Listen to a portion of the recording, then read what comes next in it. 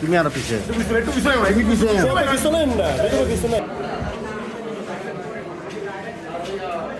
আজকের এই মোকদ্দমায় ভিকটিম তানজিন সুলতানা জুমা, 9 বছরের শিশু, তৃতীয় শ্রেণীর ছাত্রী। স্কুল থেকে ক্লাস করে ফেরার পথে এই যে আজকের যে আসামি মফিজুল ইসলাম মফু একটি ধান খেতে নিয়ে নির্মমভাবে ধর্ষণ করে হত্যা করেছে।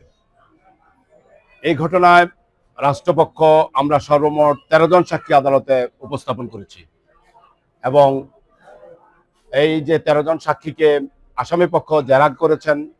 আমরা যে সাক্ষী উপস্থাপন করি তাকে ভালোভাবেই জেরা করেছেন। জেরা করেও তারা মামলায় কোনো ডিফেক্ট অথবা কোনো ডাউট তারা সৃষ্টি করতে পারেননি। কুমিল্লার নারী ও শিশু নির্যাতন দমন ট্রাইব্যুনাল 1-এর বিজ্ঞ বিচারক জনাব ইয়াসিন আরাফাত রাষ্ট্রপক্ষের বক্তব্যে সন্তুষ্ট হয়ে আসামিকে 9-এর 1 ধারা তৎসহ মৃত্যুদণ্ডে 9-এর 2 ধারায় সর্বোচ্চ শাস্তি মৃত্যুদণ্ডে দণ্ডিত করেছেন। পাশাপাশি 2 লক্ষ টাকা জরিমানার আদেশ প্রদান করেছেন। আজকের এই বিচারে রাষ্ট্রপক্ষে মামলা পরিচালনা আমি সহ আমাদের পুরো টিম মামলা বিচারণে আমরা সন্তুষ্ট এবং আজকের মোকদ্দমা পরিচালনা এবং রায়ে বাদী পক্ষের আজকের যে ভিকটিমের মাও আদালতে উপস্থিত আছেন, বাবাও আদালতে উপস্থিত আছেন।